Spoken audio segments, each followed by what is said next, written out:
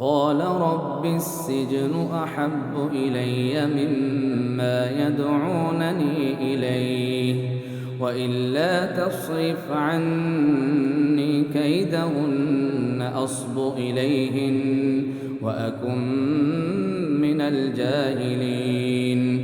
فاستجاب له ربه فصرف عنه كيدهن إنه هو السميع العليم ثم بدا لهم من بعد ما رأوا الآيات ليسجننه حتى حين ودخل معه السجن فتيان قال أحدهما إني أراني أعصر خمرا وقال الآخر إني أراني أحمل فوق رأسي خبزا تأكل الطير منه نبئنا بتأويله إنا نراك من المحسنين قال لا يأتيكما طعام ترزقانه إلا نبأتكما بتأويله قبل أن يأتيكما ذلكما مما علمني ربي إني تركت ملة قوم لا يؤمنون بالله وهم بالآخرة هم كافرون واتبعت ملة آبائي إبراهيم وإسحاق ويعقوب ما كان لنا أن نشرك بالله من شيء ذلك من فضل الله علينا وعلى الناس ولكن أكثر الناس لا يشكرون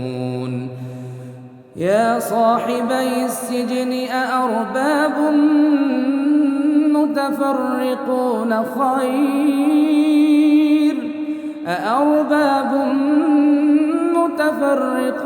خير أم الله الواحد القهار ما تعبدون من دونه إلا أسماء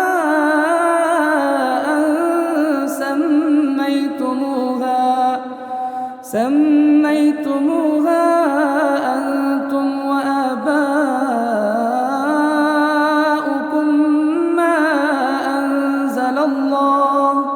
ما أنزل الله بها من سلطان إن الحكم إلا لله أمر ألا تعبدوا إلا إياه ذلك الدين القيم ولكن أكثر الناس لا يعلمون يا صاحبي السجن أما أحدكما فيسقي ربه خمرا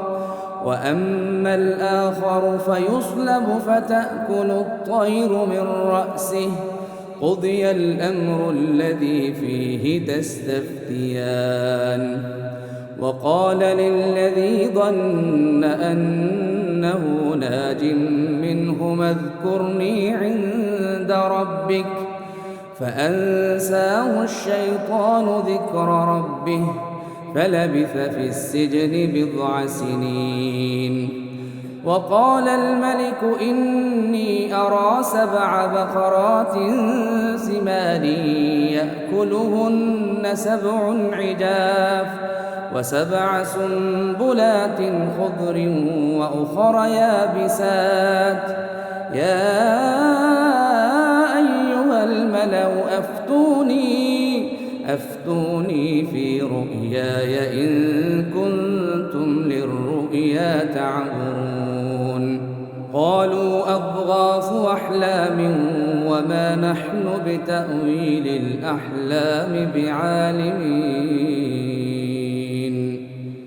وقال الذي نجا منهما وادكر بعد أمة أنا أنبئكم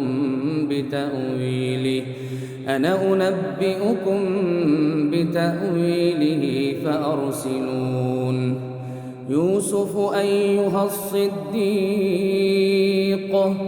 أفتنا في 7 بقرات سمان يأكلهن 7 عجاف و7 سنبلات خضر وأخر يابسات لعلي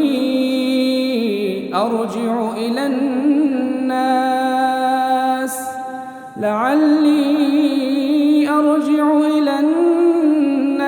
لعلهم يعلمون قال تزرعون 7 سنين دأبا فما حصدتم فذروه في سنبله إلا قليلا مما تأكلون ثم يأتي من بعد ذلك 7 شداد يأكلن ما قدمتم لهن إلا قليلا مما تحصنون ثم يأتي من بعد ذلك عام فيه يغاث الناس وفيه يعصرون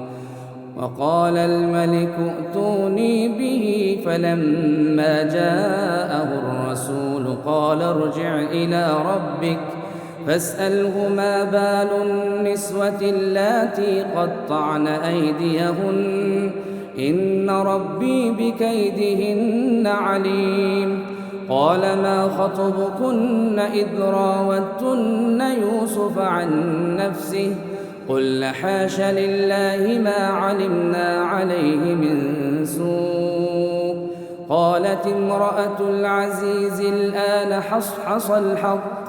أنا راودته عن نفسه وإنه لمن الصادقين ذلك ليعلم أني لم أخنه بالغيب وأن الله لا يهدي كيد الخائنين وما أبرئ نفسي إن النفس لأمارة بالسوء إلا ما رحم ربي إن ربي غفور رحيم وقال الملك ائتوني به أستخلصه لنفسي فلما كلمه قال إنك اليوم لدينا مكين أمين قال اجعلني على خزائن الأرض إني حفيظ عليم وكذلك مكنا ليوسف في الأرض يتبوأ منها حيث يشاء نصيب برحمتنا من نشاء ولا نضيع أجر المحسنين ولأجر الآخرة خير للذين آمنوا وكانوا يتقون